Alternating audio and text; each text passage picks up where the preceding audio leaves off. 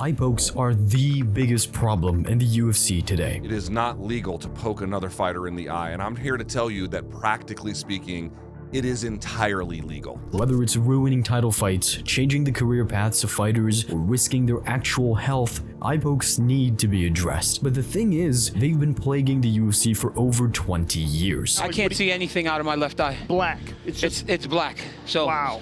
I mean, it is what it is. Other organizations, and some that don't even exist anymore, seem to have figured it out. But for the longest standing, biggest and best promotion in the sport, it still ruins their events all the time. So this is how the UFC failed to fix eye pokes. UFC 321, Tom Aspinall vs Cyril Gane. It was the fight that was supposed to be the UFC's heavyweight division moving on from the Jon Jones saga and restoring business as normal. But one moment ruined the fight, soured the entire event, and potentially hurt Aspinall long term. I really respect what Bisping's done, but he's done more than I would. I won't carry on fighting with one eye, no chance. Gane was warned about having his fingers out before this, but it didn't matter. And the weirdest thing of all is that despite being the guy who got poked, Aspinall is the one whose stock seemed to drop the most afterwards. How is he not disqualified off that? It's outrageous. And then people start booing me like it's my fault. He double poked in the eye, mate. I was trained for 14 months. Trust me, didn't want someone's finger knuckle deep in my eye. Perhaps it was due to the first round being pretty even, but it was shaping up to be a super interesting matchup, and Gane's eye poke robbed every UFC fan of finding out what would happen, but a lot of fans were speculating that Tom would have continued. The eye poke is not like, you get kicked in the ball and then you can recover it and come back. It's not like a pain. It's like it compromise your vision. And if you're doing a combat sport with a compromised vision, it's not good at all, because even though sometimes your vision is up 100% and then you still don't see anything, what if your vision is compromised? Then if you keep doing and then maybe because of that something happened, you lose the fight, the same people will tell how stupid you were, you should have stopped, you should have blah blah blah. So in the aftermath, there was a lot of talk about eye pokes. I know we tried to do new gloves before and that kind of didn't work out. Is there anything we can do to stop these eye pokes? Would you ever look at maybe trying to change the gloves again, or is it just part of the sport and just happens? Yeah, I mean, no matter what you do with the glove, they're gonna happen. And to make matters even worse, in the following UFC event, there was some of the craziest eye poke drama of all time. Aspinall's teammate of all people, Ante Delia, eye poked his opponent in the first round, and after landing some big shots afterwards, believed he had won the fight. But it was actually stopped due to the eye poke, and when the fight resumed, he was knocked out just seconds later, with Waldo Cortez Acosta immediately holding his eye instead of celebrating. Dana, you see how one heavyweight, they can push forward. I don't care. They have like poke the eye.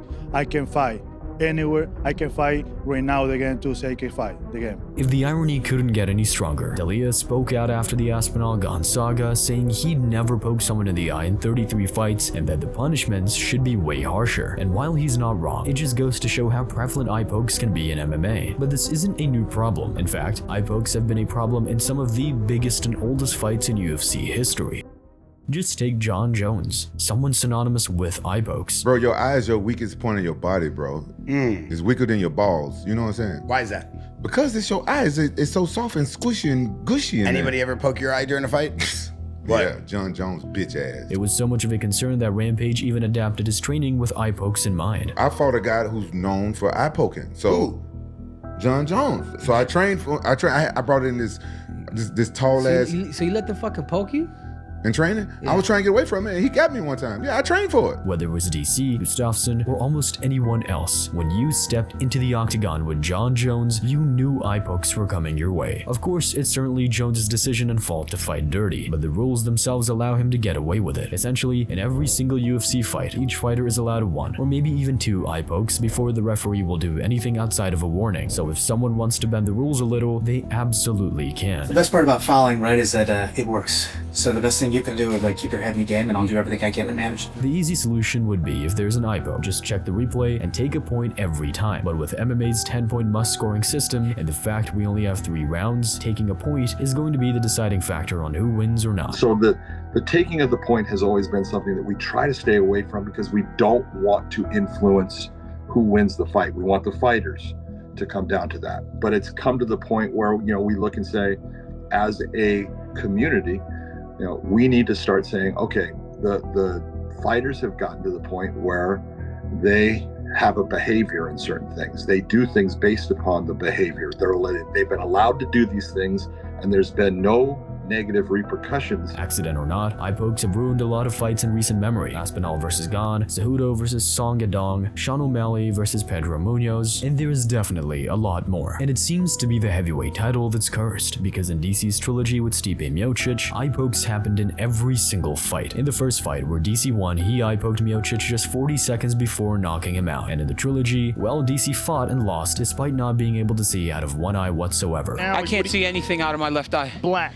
It's black. So wow. I mean, it is what it is, you know.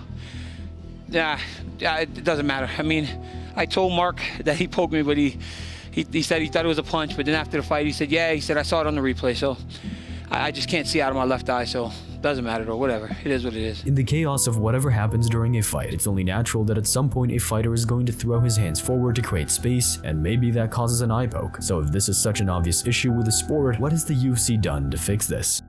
Aside from changing the gloves over the years, something we'll get to soon, perhaps the biggest change in recent memory is changing the ruling about how a fighter is allowed to hold their hands. No longer could a fighter put an open hand towards their opponent. Instead, they either had to make a fist or put their fingers to the ceiling and their palm towards whoever they were facing. And in the weeks after this rule was made, the UFC referees were hot on enforcing it. Warnings were constantly given, and fighters even temporarily stopped to explain to fighters that fingers had to be up, not forward. Perhaps it's just hindsight, but it felt like they were doing a solid job, and the amount of eye pokes decreased. But as the months went by, refs just seemed to stop warning the fighters like they once had. So we made a rule where it's a foul to extend the fingers towards the eyes. Right. So that's the rule we've already had in place, right? So that rule has been there, but we haven't been enforcing it. Doing like that. guys are still doing it, even though you hear Herb and the guys saying, guys, fingers up or make it and people still just they come out like this. So we're going to move forward on that. And now it doesn't even feel like it's a rule at all. It is absolutely illegal on paper. It is practically 100% legal, to the point you can do it multiple times in a fight. BC, you can even do it multiple times to your opponent in a round. Yes. This is absurd. As Manel Kopp scraped the eyes of his opponent to set up the finish, not to mention the Cejudo fight, not to mention when Weidman blinded Bruno Silva, and on and on. But you can't put all the blame on the refs or the fighters. It's simply a byproduct of fighting. One thing that can and desperately needs to be addressed, though, is the gloves.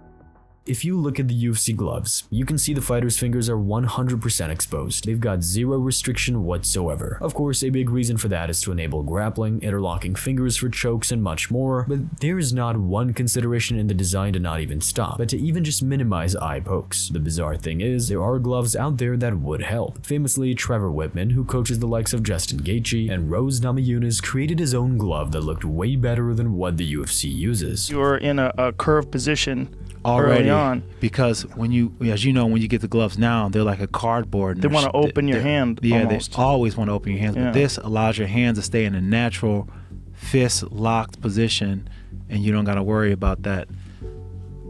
Need some help getting it on? Yeah, for big hands. Oh yeah. Okay, so it's curved right away. Yeah, curved right away. And then when you, that's way better.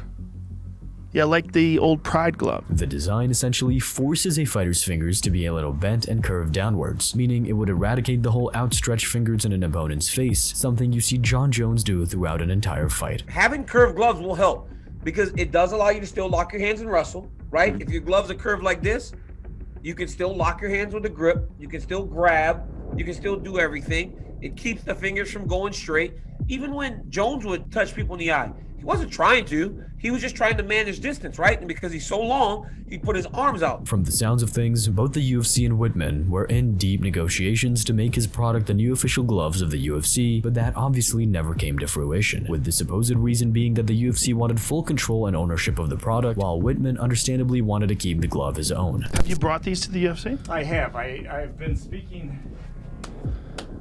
You showed me these quite a while ago, and I said it before, and I think you've improved on them. But So this is far superior. Dana loved the gloves. He was blown away by them when he seen them. This And is way better. He liked the lace up. It's so much more comfortable. The issue is they're with a company called Diacoat. That's one who makes the manufacturing products. And they wanted to own the technology because all of our stuff is patented. I've went through the patenting processes. I've put So the company that makes the UFC gloves wants to own your shit. Completely. While the gloves are somewhat revolutionary, they have existed in the past. Take Pride FC. Yes, the company that the UFC bought, but even their gloves in the early 2000s were slightly curved to force the fingers down. And they curve your hand. It was a perfect mix of a boxing glove with an MMA glove. And so you can't eye poke people with it, the way it makes your hand go.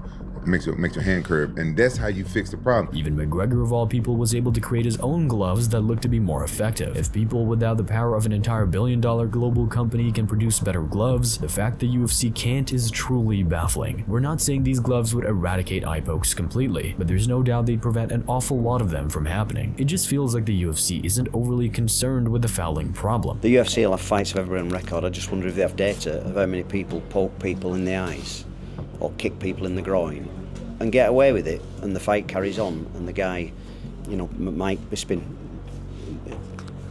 he lost his eye. Yet, even with all these great options on the market, the UFC did actually decide to create a new pair of gloves in 2024, and surprise, surprise, it was a total disaster.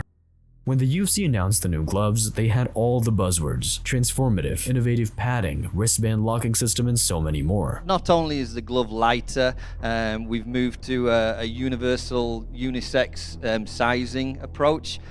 So there's no longer female and male gloves. It's a unisex sizing. So we hope that will have a better form within the glove itself.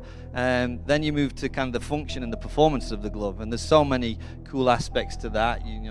Ember spoke about the padding and the slip planes, and the contour features that will mold to the athlete's knuckles and their hand. Dana White claimed it had taken years with world-class designers, engineers, and athletes to create. In short, the gloves were supposed to be more comfy, cause less cuts, and lead to less eye pokes. But in actuality, they did anything but that. Immediately, fighters were complaining about how rigid and uncomfortable these new gloves were. Honestly, I don't like too much because it's become look very old after I using 2 weeks, And I ask you if they give me new one for the training. In terms of actually how they feel in the fight, how different are they? Feel little bit, it's more hard, and but almost same. Yeah, they suck. Smaller. Yeah, you don't like them? Yeah, they suck, dude. I don't know who, can we talk to the person who designed these gloves? Have you ever been in a fight in your life? And it might be anecdotal, but UFC fans at the time felt that the amount of KOs, TKOs, and knockdowns dropped massively once the new gloves came into effect. Once this narrative surrounding the new gloves being terrible built enough traction, the UFC scrapped them and went straight back to the old gloves. So now we're just left back at square one, with gloves that do zero to stop eye pokes. Of course, it's fighting and it's chaos, but MMA feels like the only sport that can just get ruined for an accidental reason like this. Imagine going to an NFL game, only for the match to get cancelled a minute in because someone's helmet broke or some other silly reason. In MMA, you can pay hundreds of dollars or buy the pay-per-view and get all your friends around only for Cyril Gane to eye poke Tom Aspinall in the eye in the first round and ruin the entire card. The annoying thing is, this can be helped so easily, and there's two key ways. Firstly, the commissions have to give the referees way more power. Get rid of the fact that fighters get a so-called freebie eye poke in every fight. Start deducting points straight away, and fighters have no choice but to be much more cautious about it. It's every week that we're talking about eye pokes, and they're back with the old gloves, which I think makes it happen more. But the central tension here is that referees are not following through and taking away points. And the most obvious point, get some better gloves. Make it easier on the fighters to not accidentally flick their hand and fingers in someone's face through the Pride FC or Trevor Whitman style gloves. It's really that easy. They won't fix eye pokes indefinitely, but it'll make a huge difference. Another issue fighters have been facing in recent years, completely legal yet incredibly damaging, are calf kicks. One well-placed shot can shut down a fighter's movement entirely. If you want to see how this single technique changed MMA forever, check out this next video. Thanks for watching.